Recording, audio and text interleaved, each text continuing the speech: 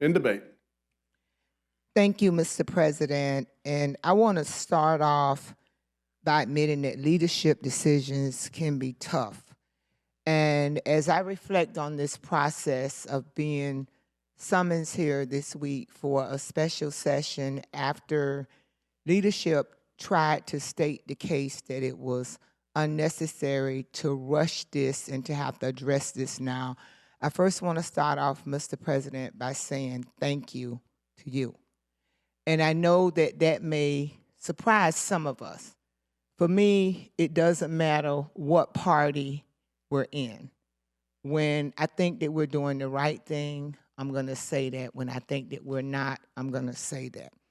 And as I've been listening, I also must be honest that leadership can be very, very dangerous because leadership and leadership roles can become so mesmerizing to us and put us in positions where we begin to mentally believe that there's only one right solution and way to solve a problem, and it's our way.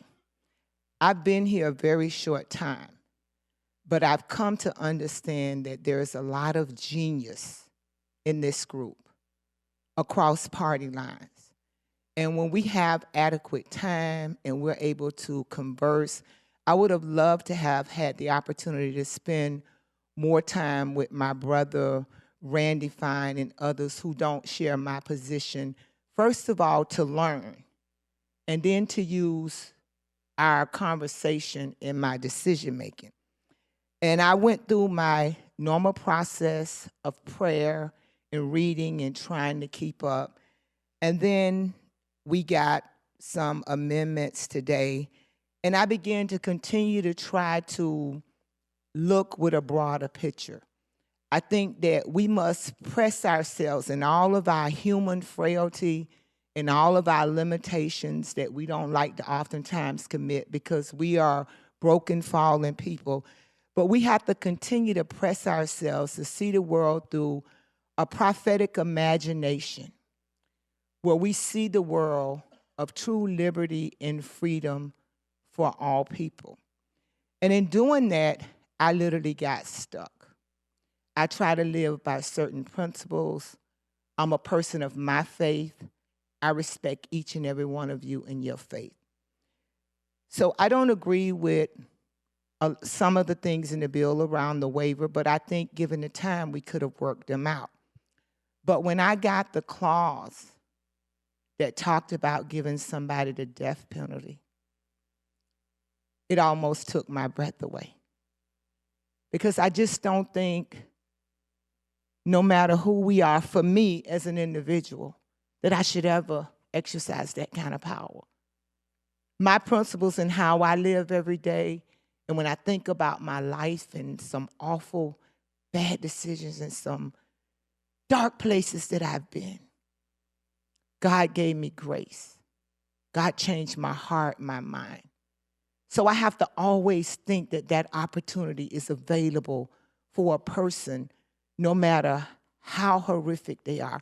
No, I don't want to see murderers and rapists on the street. I think they should be in jail and incarcerated, whether they're legal or illegal.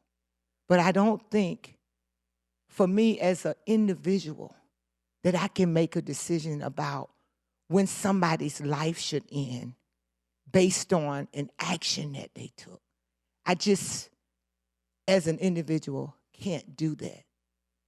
And I wanted to say that on the record because I do believe, given time, a lot of the things that we're disagreeing about today, especially around the tuition waiver, that we can work it out. We can come up with creative ways that maybe the kids that are already in, we work through the budget process or another way to face them. I believe in this group, and I believe we can resolve that. But I'm a no today because the principles of my faith and the way that I interpret the Bible, of my theology or understanding of God, just says to me that God has given me so much grace and so much mercy. He didn't take my life. So I can't be a yes for that primary reason.